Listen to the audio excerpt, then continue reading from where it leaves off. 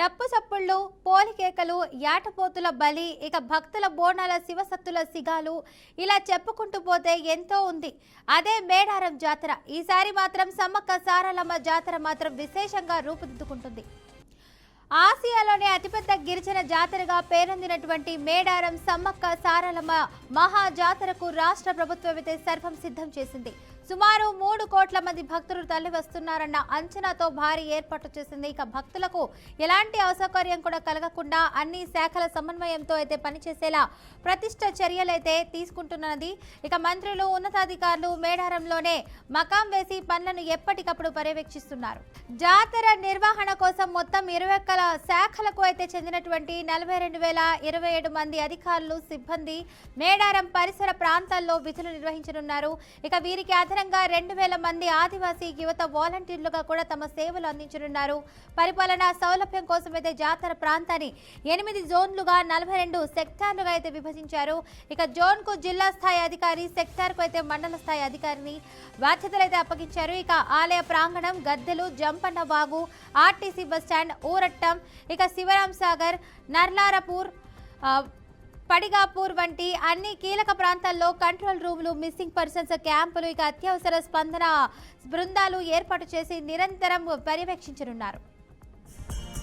జాతరకు వచ్చే వాహనాల రద్దీని దృష్టిలో ఉంచుకొని అటవీ, గిరిజన సంక్షేమ శాఖల ఆధ్వర్యంలో అయితే 1,418 ఎకరాల విస్తీర్ణంలో 42 భారీ పార్కింగ్ ప్రదేశాలను సిద్ధం చేశారు. భక్తుల రవాణా కోసం టీజీఆర్టీసీ 4,000 బస్సులను కూడా ఏర్పాటు చేసింది. ఇక గంటకు 15 బస్సుల చొప్పున అయితే 51,000 ట్రిప్పులు నడిపేలా అయితే ప్లాన్ చేసింది. ఇక ప్రత్యేక బస్టాండ్లు, ప్రత్యేక రూట్లతో రవాణా వ్యవస్థను మరింత సమర్థవంగా అయితే నిర్వహిస్తున్నాయి.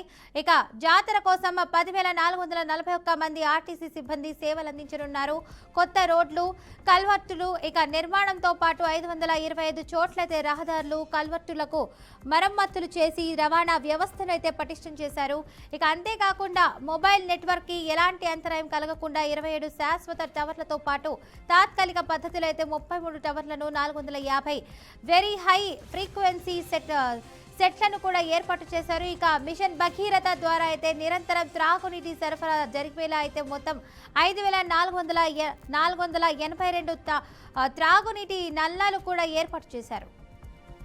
జంపన్న వాగులో పవిత్ర స్నానాలు చేసే భక్తుల కోసం 119 డ్రెస్సింగ్ రూమ్లు ఏర్పాటు చేశారు. వీటి పరిశుభ్రత కోసం ఎప్పటికప్పుడు క్లోరినేషన్ చేయనున్నారు. 285 బ్లాకుల్లో 5,700 టాయిలెట్లను కూడా సిద్ధం చేశారు. ఇక వీటికి అదనంగా మొబైల్ టాయిలెట్స్ ను అయితే అందుబాటులోకి తేనున్నారు. ఇక పారిశుద్ధ్య నిర్వహణ కోసం అయితే 5,000 మంది సిబ్బందిని, 150 ట్యాంకర్లు, 100 ట్రాక్టర్లు, ఇక 18 స్వీపింగ్ మెషిన్లు, 12 జేసీబీ, 40 స్వచ్ఛ ఆటోలు, 16 డోజర్లను అయితే రంగంలోకి అయితే దింపారు. ఇక జాతర ప్రాంతంలో విద్యుత్ సరఫరా అంతరాయం లేకుండా టీజీఎన్పీడీ సిఎల్ ద్వారా అయితే 196 ట్రాన్స్ఫార్మర్లు, ఇక 911 విద్యుత్ స్తంభాలు, 65.75 కిలోమీటర్ల విద్యుత్ లైన్లు కూడా ఏర్పాటు చేశారు. అలాగే విద్యుత్ అంతరాయం తలెత్తకుండా 350 మంది సిబ్బందిని కూడా నియమించారు. ఆలయాలు, ప్రధాన మార్గాలు, పార్కింగ్ ప్రాంతాల్లో అయితే వేల సంఖ్యలో హై పవర్ లైట్లు కూడా వెలుగులు పంచుతుండగా అయితే అత్యవసర పరిస్థితుల కోసం అయితే 28 డీజిల్ జనరేటర్లను కూడా బ్యాకప్ గా సిద్ధంగా ఉన్నాయి. జాతర సమయంలో ఆరోగ్య సేవల కోసం మొత్తం 5,192 మంది వైద్య సిబ్బందిని కూడా నియమించారు. ఇక భక్తులకు సేవలు అందించేందుకైతే 30 అంబులెన్సులు, 40 బైక్ అంబులెన్సులు, ఇక 50 పడకల ప్రధాన ఆసుపత్రి, రోజుకు 30 మెడికల్ క్యాంపులు పనిచేస్తాయి. ఇక జంపన్న వాగులో ప్రమాదాలను నివారించేందుకైతే 210 మంది గజ ఈతగాళ్లు, 12 మంది సింగరేణి రెస్క్యూ సిబ్బంది, 100 ఎస్టీఆర్ఎఫ్ బృందాలు నిరంతరం పర్యవేక్షణ చేస్తున్నారు. ఇక అగ్ని ప్రమాదాలు ఎదుర్కొనేందుకైతే 15 ఫైర్ బ్రిగేడ్ వాహనాలు, 268 మంది ఫైర్ ఫైటర్లు సిద్ధంగా ఉన్నారు. అటవీ శాఖ ద్వారా పార్కింగ్ రోడ్లతో పాటు పర్యావరణ సంరక్షణ చేపడుతుండగా అయితే ఐడిటిపిఏ ఆధ్వర్యంలో అయితే గిరిజనులకు కొబ్బరికాయ, బెల్లం, ఇతర వ్యాపారాల కోసం అయితే లైసెన్సులు ఇచ్చి ఉపాధి కల్పిస్తున్నారు. ఇక మొత్తంగా మేడారం మహా జాతర 2026ను ప్రపంచ స్థాయిలో నిర్వహించాలనే లక్ష్యంతో అయితే అన్ని శాఖల సమన్వయంతో అయితే భక్తులకు త్వరితగతిన అయితే తల్లులు దర్శనం అయితే సురక్షితమైనటువంటి సౌకర్యవంతమైనటువంటి వాతావరణాన్ని కల్పించుకు రాష్ట్ర ప్రభుత్వం అయితే కృత నిశ్చయంతో పనిచేస్తుంది.